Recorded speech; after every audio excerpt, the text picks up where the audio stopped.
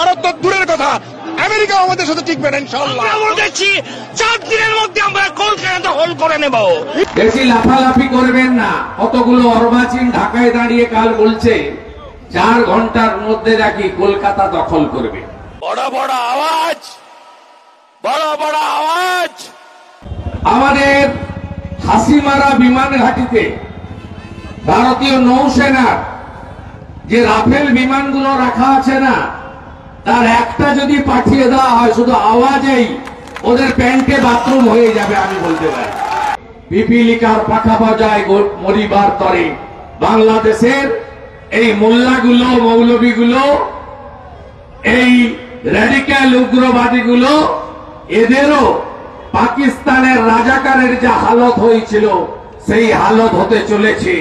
অপেক্ষা করুন, শুধু এপার থেকে ওদেরকে ভালো করে টাইট দেন।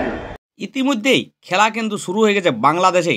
মুখে তো বড় বড় ফুটানি, কখনো বলছে 4 দিনের মধ্যেই কলকাতা দখল করে নেব, তো কখনো আবার বলছেন বাংলা, বিহার, উড়িষ্যা দখল করে নেব, কখনো বলছে ভারতের সঙ্গে যুদ্ধ করব।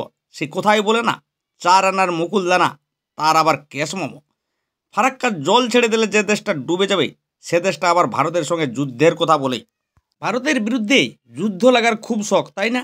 একবার হয়েই যাক না যুদ্ধটা, বড় বড় লেকচার নামে রে, যুদ্ধটা একবার হয়েই যাক। ভারতের দুর্ভাগ্য এটাই, যাদের স্বাধীনতায় একদিন রক্ত দিয়েছে ভারতের সেনা।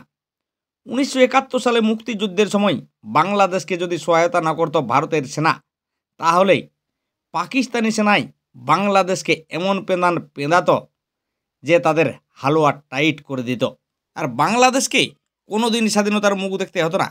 এখন 1971 সালের ঘটনা ভুলে গেছেন বাংলাদেশের মৌলবাদীরা, আর এখন বাংলাদেশি মৌলবাদীদের মাথায় ভূত চেপেছে ভারতের সঙ্গে যুদ্ধ করার। তাছাড়া ভারতকে বারবার যুদ্ধের হুঁশিয়ারি দিচ্ছেন বাংলাদেশের মৌলবাদীরা। তবে ভারত কিছু বলছে না বলেই ভারতকে হুমকি দিয়েই যাব, এটা মনে করবেন না যে ভারত চুরি পরে বসে আছে।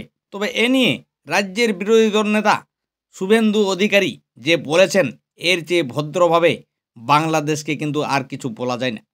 তবে ভারত যে কী জন্য চুপ করে বসে আছে সেটুকু কিন্তু বুঝার ক্ষমতা নেই বাংলাদেশের মৌলবাদীদের। তাছাড়া ভারতের বিদেশমন্ত্রী এস জয়শঙ্কর ইঙ্গিতও দিয়েছেন যে 26/11 মুম্বই হামলার ঘটনার পর কোনো জবাব দেয়নি ভারত, কিন্তু মোদী সরকার উরি ও বালাকোটে সার্জিক্যাল স্ট্রাইকের মাধ্যমে পাকিস্তানকে যোগ্য জবাব দিয়েছিলেন।